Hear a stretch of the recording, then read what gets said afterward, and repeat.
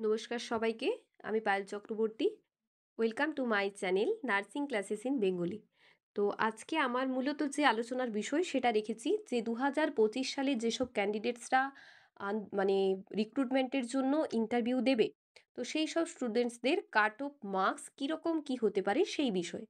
তো তোমরা সবাই জানো আগামীকাল একটি West Bengal health recruitment board থেকে নোটিশ বার হয়েছে। সেই নোটিশটিতে বলা আছে যে এই আগস্ট মাসের 13 তারিখ থেকে কিন্তু ফর্ম ফিল আপ শুরু হবে। আর 3/9/2025 অর্থাৎ সেপ্টেম্বর মাসের 3 তারিখ পর্যন্ত কিন্তু ফর্ম ফিল আপটি চলবে। আর এক্ষেত্রে একটা জিনিস বলা আছে যে যে সিটটা বার হয়েছে 5018, তোমরা প্রত্যেকেই জানো যে 5018টি সিট কিন্তু বার হয়েছে।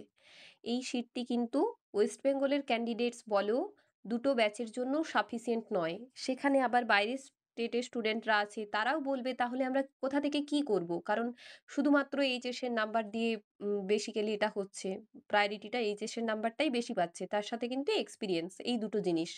এবার ইন্টারভিউটা তো লাখের ওপর আছে।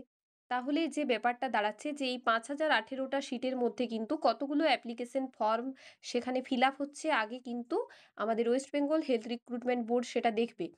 এরকম একটা কথা ভেসে আসছে হাওয়ার মধ্যেই বলো বা যেখান থেকেই হোক, একটা এই রিক্রুটমেন্টকে ঘিরে বা এই রিক্রুটমেন্টের বিরুদ্ধে একটা কেস করা হবে। সেটা বাইরের স্টেটের স্টুডেন্টরা হোক, সেটা যেই হোক করবে আর কি। যারা হোক নিজেদের মধ্যে একটা কেস করতে চাইছে। তো একটা কথা সবাইকেই বলবো যে একটা কেস করা মানে কিন্তু প্রায় 2000 ক্যান্ডিডেটস বা এই 2092 বা 2436 এই হোল ক্যান্ডিডেটকে কিন্তু পেছনে ফেলে দেওয়া। ঠিক আছে?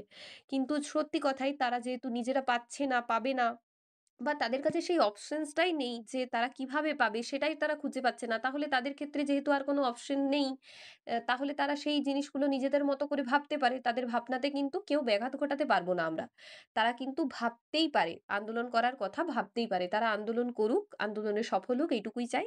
কিন্তু যেটা ব্যাপার সেটা হচ্ছে যে সিট সংখ্যাটা, এই সিট সংখ্যাটা যদি একটু বাড়িয়ে দেয়, তাহলে কিন্তু এটা যদি 5018 থেকে মিনিমাম 7000 বা 7500 তে যদি দাঁড় করায়, যেটা কথা হয়েছিল আ আন্দোলনে আমাদের তরফ থেকে একটা, আমাদের ওয়েস্ট বেঙ্গলের তরফ থেকে একটা নার্সিংয়ের ব্যাচ সেখানে গেছিল এবং সেই সম্পর্কে জানানো হয়েছিল যে ওয়েস্ট বেঙ্গলে 7500 ভ্যাকেন্সি কিন্তু ফাঁকা আছে। কিন্তু 7500 ভ্যাকেন্সির বদলে সেটা এলো কত, 5018টা ভ্যাকেন্সি। মাত্র 5018টা ভ্যাকেন্সি এসছে। তাহলে সেই তুলনায় 7500 থেকে অনেকটাই সিট কমে গেছে। যদি 7500 ভ্যাকেন্সিটা থাকতো, তাহলে হয়তো দুটো ব্যাচের পক্ষেও লড়াই করাটা একটু সহজ ছিল। কিন্তু তার সাথে বাইরের স্টুডেন্টসরাও লড়াই করতে পারত। কিন্তু এখানে নিজেদের স্টেটের মধ্যেই একটা ঝামেলা হয়ে যাবে। আবার যদি বাইরের স্টুডেন্টসরা সেখানে আসে, তাহলে সবাই মিলে একদম ঘেঁটে ঘ একটা ব্যাপার হয়ে যাবে। তাই তোমরা যারা চাইছো আন্দোলন করতে, করতে পারো। ওয়েস্ট বেঙ্গলের ক্যান্ডিডেটসরাও করতে পারো। চাইলে এই সিট সংখ্যাটা যেটা আছে, এই সিট সংখ্যাটাকে তোমরা একটু বাড়াতে পারো। ঠিক আছে? চাইলে চেষ্টা করে দেখতে পারো। তো ফর্ম ফিল আপ যে ডেট সেটা আ মানে একদম ৩ তারিখ পর্যন্তই চলবে সেপ্টেম্বর মাসের, সেটাকে কিন্তু কেউ আটকাতে পারবে না। তার তার মধ্যেই যা করা যায় সেটা কিন্তু তোমাদেরকে দেখতে হবে। তো এরপর যেটা বলার কথা সেটা হচ্ছে এই যে 2092টা মাত্র সিট ছিল ফিমেলের আর 344টা মেল, অর্থাৎ সবে মিলে 2436টি। তো দেখতে হবে একটু লক্ষ্য করলে যে এটা নিচে লেখা আছে যে the anticipated vacancies may change before the date of publication of overall performance list. In case of any changes in vacancies it would be notified subsequently. মানে এই যে ফর্মগুলো ফিল আপ হবে 2025-এর সমস্ত ফর্মগুলো ওনারা দেখবেন যে কতগুলো ফর্ম টোটাল এলো, তারপর সেই মতো অনুযায়ী কিন্তু ভ্যাকেন্সিটা আরও বাড়ানো হতে পারে। তো এটা হতে পারে, হবে কি না একদম কনফার্ম বলা যাচ্ছে না, কিন্তু 7000 বা 7500 সেই ভ্যাকেন্সিটা হয়তো আরও আসতে পারে। ঠিক আছে? তো চাইলে তোমরা আন্দোলনও করতে পারো এবং ওনারাও হয়তো ফর্মগুলো সমস্ত দেখে যে ঠিক কতটা ফর্ম আবেদন জমা পড়লো সেটা দেখে ওনারাও হয়তো ঠিক করতে পারেন। কিন্তু সবই সেটা কিন্তু একটা পরিকল্পনার উপর দাঁড়িয়ে আছে। কি হবে কিছু বলা যাচ্ছে না। তো তোমরা সবাই জানো যে আ অ্যাডিশনাল সাবজেক্ট যাদের যাদের আছে তাদের কিন্তু খুব মুশকিলই আছে, কারণ 6টা সাবজেক্ট হলে সেটা 600 দিয়ে করতে হবে তাকে, আর যদি 5টা সাবজেক্ট হয় তাহলে কিন্তু তাকে সেটা 5 দিয়ে ভাগ করতে হবে, যেটা আমি অলরেডি দেখিয়েছি। তো যাদের অ্যাডিশনাল সাবজেক্ট আছে ওয়েস্ট বেঙ্গলের স্টুডেন্টদের, তাদের ক্ষেত্রে একটুখানি চাপ হয়ে গেল। কিন্তু যাদের অ্যাডিশনাল সাবজেক্ট নেই, অর্থাৎ 4 সাবজেক্ট নেই, শুধুমাত্র 5টা সাবজেক্টই আছে, 500-র মধ্যে কাউন্ট হবে, তাদের কাছে প্রসেসটা আরও অনেক ইজি। তো যাদের অ্যাডিশনাল সাবজেক্ট আছে তারা চিন্তা করার কিছু নেই, তোমরা ভালো করে প্রিপারেশন নাও। আর যাদের মানে 5টা সাবজেক্ট আছে তাদের ক্ষেত্রেও চাপের আছে, কারণ এখানে 3টে ব্যাচ আছে। 2018 সালের ব্যাচ আছে, 2019 সালের ব্যাচ আছে, আর 2020 সালের ব্যাচ আছে। তো অবভিয়াসলি যাদের 2019 সাল এবং 2020 সাল এই দুটো ব্যাচের এইচএসের নাম্বার বেশি থাকবে, এই দুটো ব্যাচের এইচএসের নাম্বার বেশি থাকবে, এটাই স্বাভাবিক হওয়ার কথা। যত আপগ্রেডেড ব্যাচ হবে তত নাম্বার কিন্তু বেশি থাকবে, তাহলে এইচএসের ক্ষেত্রে কিন্তু এই দুটো ব্যাচ অনেক প্রেফার পাবে। এবার যেটা বলার কথা সেটা হচ্ছে এক্সপিরিয়েন্স। তো এক্সপিরিয়েন্সটার ব্যাপারে আবার যদি দেখি তাহলে হচ্ছে যে ব্যাচগুলো পুরনো ব্যাচ, মানে যাদের 2018 সাল, 16 সাল, 17 সাল আগের ইয়ারের যেসব যারা বসে আছে তাদের ক্ষেত্রে কিন্তু এই এক্সপিরিয়েন্সটা ভীষণভাবে ম্যাটার করবে। এক্সপিরিয়েন্সটা এটা বাইরের স্টেটের হোক বা ওয়েস্ট বেঙ্গলের হোক, এক্সপিরিয়েন্সটা কিন্তু খুব ম্যাটার করবে। তো 12 মাসের যদি এক্সপিরিয়েন্স থাকে, সবাই জানো 1 বছরের বেশি এক্সপিরিয়েন্স থাকলে কিন্তু তুমি 2 পাবে, আর যদি 2 বছরের বেশি এক্সপিরিয়েন্স থাকে তাহলে তুমি 4 পাবে। ম্যাক্সিমাম কিন্তু এই এক্সপিরিয়েন্সটাই পাবে, এর থেকে বেশি 2018 থেকে 20-র মধ্যে তোমরা 3 বছর 4 বছরের এক্সপিরিয়েন্স কিন্তু পাবে না। তাহলে এক্ষেত্রে ফায়দা কাদের হলো? যারা 2018 সালে বেরিয়ে সঙ্গে সঙ্গে প্রাইভেট হসপিটালে জয়েন করেছে এবং রেজিস্ট্রেশন পাওয়ার পর থেকে তাদের 2 বছর এক্সপিরিয়েন্স হয়ে গেছে, তাহলে তারা এইচএসের নাম্বারটা তো তাদের ভালো আছেই, তার সাথে কিন্তু আবার এই 2 নাম্বারটা যোগ হয়ে তাদের 4 নাম্বার যোগ হয়ে তাদের কিন্তু অনেকটা নাম্বার হবে। দেখা যাবে তাদের প্রায় মোটামুটি 71 প্রায় চলে যাচ্ছে। ঠিক আছে?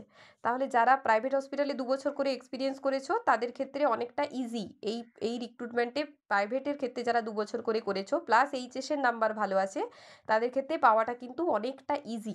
ঠিক আছে? তো বাইরের স্টেটের যে স্টুডেন্টসরা তাদের কাছে একটা প্রশ্ন আসছে যে আমাদের তো সেরকমভাবে সরকার কোনো সিটই দিচ্ছেন না, কারণ এইচএসের নাম্বার তো বলাই আছে, আর নার্সিংয়ের নাম্বারে তো সেরকম কোনো এই বছর ডিফারেন্স থাকছে না, কারণ 35 নাম্বার 54% থাকলে সেটা 35, 59 থাকলে 36, 64 থাকলে 37, 69 থাকলে 38, এইভাবেই গ্রেডিংটা কিন্তু করা আছে, মানে খুব একটা কিন্তু কিন্তু ডিফারেন্স নেই। বুঝতে পেরেছো সবাই?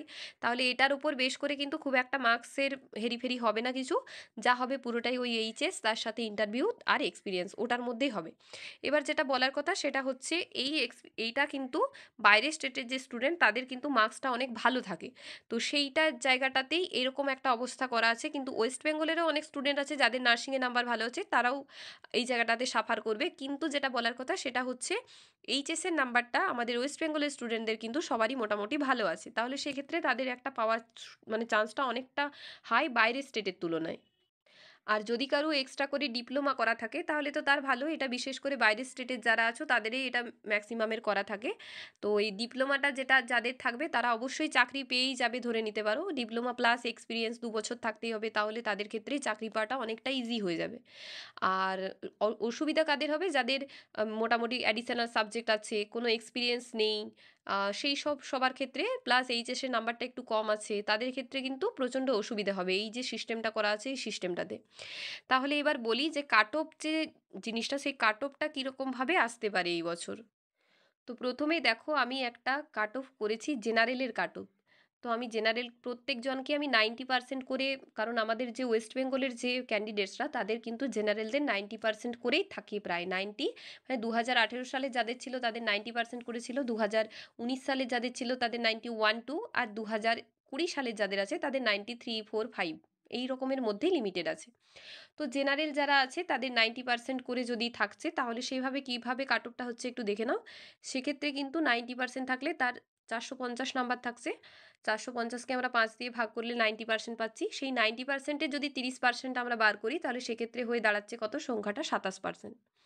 তাহলে এইচএসে একজন জেনারেল ক্যান্ডিডেটের সংখ্যাটা গিয়ে দাঁড়ালো 27। সেই 27-এর সাথে কি হলো? নার্সিংয়ের ক্ষেত্রে তোমরা সবাই জানো যে 70 থেকে 75% পেলে এই 39 নাম্বারটা পাবে। আর 75 থেকে 100% যদি কেউ পায় তাহলে সে এই 40 মার্কসটা পাবে। তাহলে অলরেডি সে এইচএসে 27 নাম্বার পেয়েছিল, তার সাথে সে নার্সিংয়ের 39 নাম্বার তার যোগ হলো, তাহলে তার সংখ্যাটা গিয়ে দাঁড়ালো কত? 66%। আবার হয়তো সে এইচএসে 27 পেয়েছিল কিন্তু নার্সিংয়ে সে হয়তো 75 থেকে 100%-এর মধ্যে আছে তার যে পার্সেন্টেজটা, তাহলে সে 40-এ 40ই পাচ্ছে, তাহলে সেখানে গিয়ে দাঁড়াচ্ছে 67%, 67%। এবার তো এখানেই খেলা শেষ নয়, ইন্টারভিউ প্লাস এক্সপিরিয়েন্স আছে, তাহলে তার অলরেডি 67% ছিল, তার সাথে ইন্টারভিউতে আমি সবাইকে ম্যাক্সিমাম 10 নাম্বার করে ধরেছি। একটা এস্টিমেটেড নাম্বার, একটা মাপঝোপ করে 10 নাম্বার করা হয়েছে। তো যদি সে 10 নাম্বার পেয়ে থাকে, 10 নাম্বার মানে 8-10, ম্যাক্সিমাম সবাইকেই 8, 9, 10 এরকম করে ইন্টারভিউতে দেওয়া হয় আর কি। তো 67 প্লাস 10 প্লাস 0, তাহলে সেক্ষেত্রে গিয়ে দাঁড়াচ্ছে সংখ্যাটা 77। আর যদি কারো এক্সপিরিয়েন্স থাকে তাহলে সেটা 67 প্লাস 10 থাকছে ইন্টারভিউর জন্য, আর 2 থাকছে এক্সপিরিয়েন্সের জন্য, তাহলে সেখানে হয়ে যাচ্ছে 79। আর যদি 67 এর সাথে 10 নাম্বার তো ইন্টারভিউতে পাচ্ছে, তার সাথে যদি এক্সপিরিয়েন্সে আরও 2 বছর থাকছে 4 নাম্বার, তাহলে সেটা হয়ে দাঁড়াচ্ছে 81। মানে যেটা আমি বলেছিলাম যে 2022 সালের যে ব্যাচটা আছে 2018 সালের যে ব্যাচটা আছে ওয়েস্ট বেঙ্গলের, তাদের জন্য কেন ভালো বলেছিলাম, কারণ তাদের 67 নাম্বার অলরেডি আছে, উচ্চ মাধ্যমিকে 67 আছে, তার সাথে উচ্চ মাধ্যমিক প্লাস নার্সিংয়ে 67% আছে, তার সাথে গিয়ে দাঁড়াচ্ছে 10 নাম্বার কোথায় না, 10 নাম্বার হচ্ছে ইন্টারভিউতে বলছি প্রত্যেককেই 7, 8, 9, 10 এরকম পাবেই ওয়েস্ট বেঙ্গলের স্টুডেন্টরা। তার সাথে হচ্ছে 4 নাম্বার এক্সপিরিয়েন্সে, এই 4 নাম্বার এক্সপিরিয়েন্সটা তাদের আছে, তাহলে অবভিয়াসলি তাদের জায়গাটা কিন্তু আরও 2 নাম্বার বেড়ে 81 হচ্ছে। যারা 2 বছর প্রাইভেটে জব করেছে রেজিস্ট্রেশন পাওয়ার পর থেকে, তাদের কাছে কিন্তু পাওয়াটা অনেকটা ইজি হয়ে যাবে এবারের যে রিক্রুটমেন্টটা হবে সেটাতে।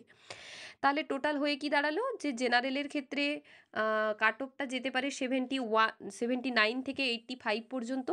আর এই যে পুরোটা করা, এই জেনারেল আর ওবিসি বি পুরো প্রায় সেম কাছাকাছি যাবে এই বছর। জেনারেল ওবিসি বি 1-2 নাম্বারের করে পার্থক্য থাকবে, ওবিসি এর মধ্যেও তাই, ওবিসি বি থেকে ওবিসি এ 1-2 নাম্বার করে পার্থক্য থাকবে, খুব বেশি কিন্তু এবছর পার্থক্য থাকবে না।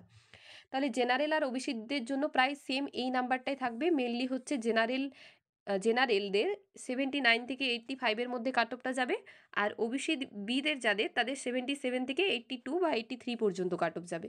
আর ওবিসি এ যারা আছে তাদের জন্য 75 থেকে 81 যাবে, এর থেকে নিচে কিন্তু যাবে না, 75 এর থেকে নিচে কিন্তু ওবিসি এটা যাবে না। তো এই ছিল জেনারেল, ওবিসি এ এবং ওবিসি বি এর কাট অফ। এবার আমরা একটু দেখে নেব যে এসসি ক্যান্ডিডেটসদের কাট অফটা কত যেতে পারে। তো এসসি ক্যান্ডিডেটসদের কাট অফটার জন্য আমি তাকে মানে মোটামুটি আমার যে আন্দাজ অনুযায়ী এস্টিমেটেড সবার এসসি ক্যান্ডিডেটের নাম্বার আমি এখানে 88% দিয়েছি। তো 88% যদি ওভারঅল একটা এস্টিমেটেড থাকে, আমি বলছি না 88% সবার আছে, অনেকের 90 আছে, 91, 2 আছে, অনেকের আছে, কিন্তু এস্টিমেটেড প্রায় প্রত্যেকেরই 88% করে আছে।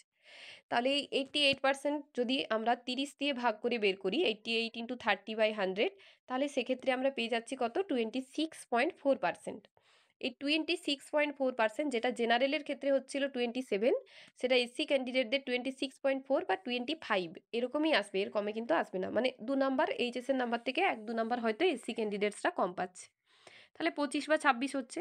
তো 26.4 তার এইচএসে হচ্ছে। বা নার্সিংয়ের ক্ষেত্রে তো সেই একই নিয়ম আছে, 39 আর 40। তো এক্ষেত্রে 38ও কেউ পেতে পারে নার্সিংয়ের নাম্বার, 39ও পেতে পারে, 40ও পেতে পারে। তাহলে এই 26.4-এর সাথে এখানে 39টা যোগ করলে যেটা দাঁড়াচ্ছে সেটা হচ্ছে 65.4, মানে এটা এইচএসের নাম্বার 26.4, তার সাথে নার্সিংয়ের যে নাম্বার 39 সমান হচ্ছে 65.4%। তো এটা হয়ে দাঁড়ালো জাস্ট না এইচএস এবং নার্সিংয়ের জায়গাটা। এবার যদি আসি, তাহলে দেখা যাবে যে এই এসসি ক্যান্ডিডেটসদের যে ইন্টারভিউর যে মার্কসটা সেটা কিভাবে করা হবে না, একটা হচ্ছে যে ওই যে 65.4 যেটা তারা পেয়েছিল, সেই 65.4টাকে তার সাথে ইন্টারভিউতে তো সবাই বললাম 10 পাবে, কেউ হয়তো 8, 9, 10 মানে এরকমের মধ্যেই ঘোরাঘুরি করবে। তাহলে ইন্টারভিউতে ম্যাক্সিমাম 10 দেওয়া হলো তাকে, আর সে হয়তো কোনো এক্সপিরিয়েন্স করতে পারেনি, তাহলে তার জায়গাটা গিয়ে দাঁড়ালো কোথায়, 75.4-এ। তাহলে এসসি ক্যান্ডিডেটসদের জন্য 75.4 একদম লাগোয়া থাকছে কাট অফটা। এবার 65.4 প্লাস সে যদি 10 নাম্বার ইন্টারভিউতে পেয়ে থাকে, তার সাথে যদি 2 নাম্বার এক্সপিরিয়েন্স পায়, তাহলে সেটা 77.4। আর যদি সে 4 নাম্বার পেয়ে থাকে, মানে এটা তারাই পাবে যারা 2018 সালের ব্যাচ, যারা বেরিয়ে সঙ্গে সঙ্গে 2018 সাল 19 সাল থেকেই মানে 2022-23 সাল থেকেই যারা চাকরি করছে, প্রাইভেট জব করছে, তারাই পাবে। তো সেক্ষেত্রে এই 4 নাম্বারটা তাদের জন্য যোগ হবে, সেখানে 79.4 হচ্ছে। তো এই কাট অফটা কিন্তু এই 74.5 থেকে 79.4 এর মধ্যেই এসসিদের কাট অফটা থাকবে। এর থেকে বেশি কিন্তু হবে না। 79 বা 78 পর্যন্ত থাকতে পারে। 79 বা 78 পর্যন্ত থাকতে পারে। এর থেকে কমে কিন্তু মানে 74 এর কমে বা 78 বা 9 এর উপরে কিন্তু উঠবে না। এটার মধ্যেই ঘোরাঘুরি করবে। তো এরপর যেটা বলার কথা সেটা হচ্ছে এসটি ক্যান্ডিডেটসদের যে কাট অফটা থাকবে সেটা কীরকম হতে পারে। এসটি ক্যান্ডিডেটসদের কাট অফটা যেটা সেটা হচ্ছে 87%। আমি একটা এস্টিমেটেড উচ্চ মাধ্যমিকের নাম্বার ধরেছি 87%। অনেকের আছে 90% আছে, 89% আছে, তো এস্টিমেটেড ওভারঅল একটা 87 ধরা আছে। তো সেই 87টাকে আমি 30 দিয়ে যদি ভাগ করি তাহলে এর ক্ষেত্রে বেরোলো কত 26.1। এটা 25 হতে পারে, 24ও হতে পারে। তো বলছি না বারবার যে এই এইচএসের নাম্বারটা পুরোটাই ভ্যারি করছে এইচএস। তো সেখানে নার্সিংয়ের নাম্বার তো একটু কমে কমে আমি বলে দিই, যদি 60% থাকে তাহলে 37, তাহলে একবার 37 দিয়ে একবার দেখে নেবে, 38 দিয়ে দেখে নেবে। তাহলে যারা এসটি ক্যান্ডিডেটস আছে তাদের ক্ষেত্রে এইচএসের 26.1টা নেওয়া হলো, মানে এটা যেটা বেরিয়েছিল 26.1 যেটা বেরিয়েছিল সেটা নেওয়া হলো 26.1। তার সাথে নার্সিংয়ের নাম্বার এই 38টা নেওয়া হলো, কারণ বেশিরভাগ আমাদের ওয়েস্ট বেঙ্গলে দেখা যায় যে এসটি ক্যান্ডিডেটসরা কিন্তু 65 থেকে 70% বা 70 থেকে 75%-এর মধ্যেই ম্যাক্সিমামটা আছে আর কি ঘুরে ফিরে। তাহলে এইটা সমান গিয়ে দাঁড়াচ্ছে কত 26.1 প্লাস 38টা গিয়ে দাঁড়াচ্ছে 64.1। তার সাথে ম্যাক্সিমাম তারা ইন্টারভিউতে কেউ হয়তো 7 পাবে, কেউ হয়তো 9 পাবে, কেউ হয়তো 8 পাবে, কেউ হয়তো 12 14 করে পাবে। সেটা তার উপর ডিপেন্ড করছে সে কীভাবে দেবে ইন্টারভিউটা এবং সে কীরকম স্টুডেন্ট। তাহলে সেটা ইন্টারভিউতে 7 ধরা হলো এবং তার এক্সপিরিয়েন্স সাপোজ 2 নাম্বার ছিল। তাহলে যদি এখানে 2 নাম্বার থাকে তাহলে সেই জায়গাটায় গিয়ে দাঁড়াবে 73.1।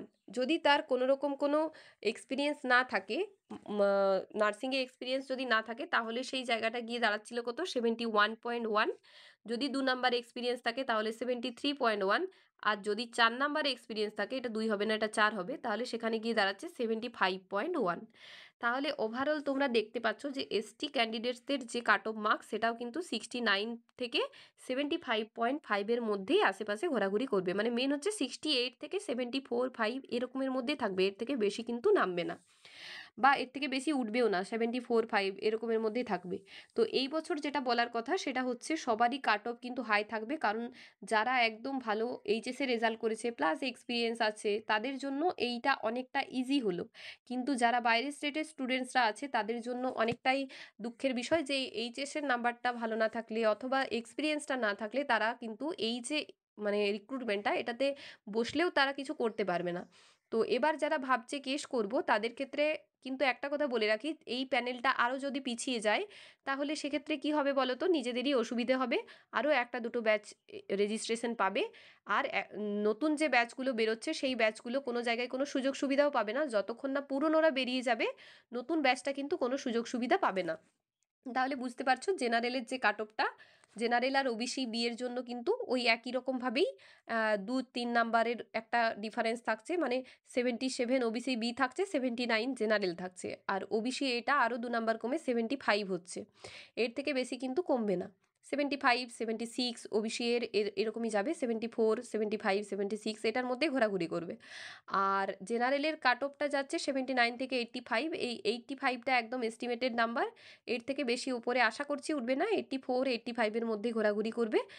আর এসসি ক্যান্ডিডেটসদের জন্য এটা একদম ঠিকঠাক, কারণ এসসিদের সিট অনেক কম আছে। এসসি ক্যান্ডিডেটসদের সিট কিন্তু অনেক কম আছে যে তুলনায় দেওয়া হয়েছে সিটটা, আর এতজন সংখ্যক আছে সেটাতে কিন্তু এসসি ক্যান্ডিডেটসদেরও এবছর হিউজ একটা সংখ্যক কিন্তু পাবে না। আগে যেমন শুধু জেনারেল পাচ্ছিল না বা ওবিসি বিরা পাচ্ছিল না, এই বছর থেকে কিন্তু এসসিরাও সবাই কিন্তু পাবে না। এসটি ক্যান্ডিডেটসদের চাপটা অতটা নেই, এসসি ক্যান্ডিডেটসদের কাট অফটা অনেকটাই কম যায়, এসসি ক্যান্ডিডেটস যারা আছো তারা সবাই পেয়ে যাবে, অত চিন্তার বিষয় নেই। তাহলে এখন যেটা বলার কথা যে তোমরা যারা ভয় পাচ্ছ যে এক্সপিরিয়েন্স নেই বা কিছু নেই, এখন ওই সব ভয় পেয়ে আর লাভ নেই, যা হওয়ার হয়ে গেছে।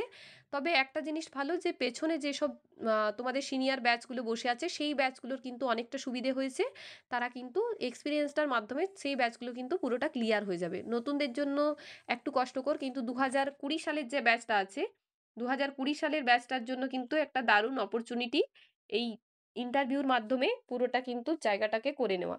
তাই 2018 সাল 19 সালের ব্যাচটার জন্য একটু অসুবিধে আছে, আরেকটা কথা বলে দিই, অনেকেই জিজ্ঞাসা করছো দিদি সিএইচওর এক্সপিরিয়েন্স কি কাউন্ট হয় বা স্টাফ নার্সের কাউন্ট হয়?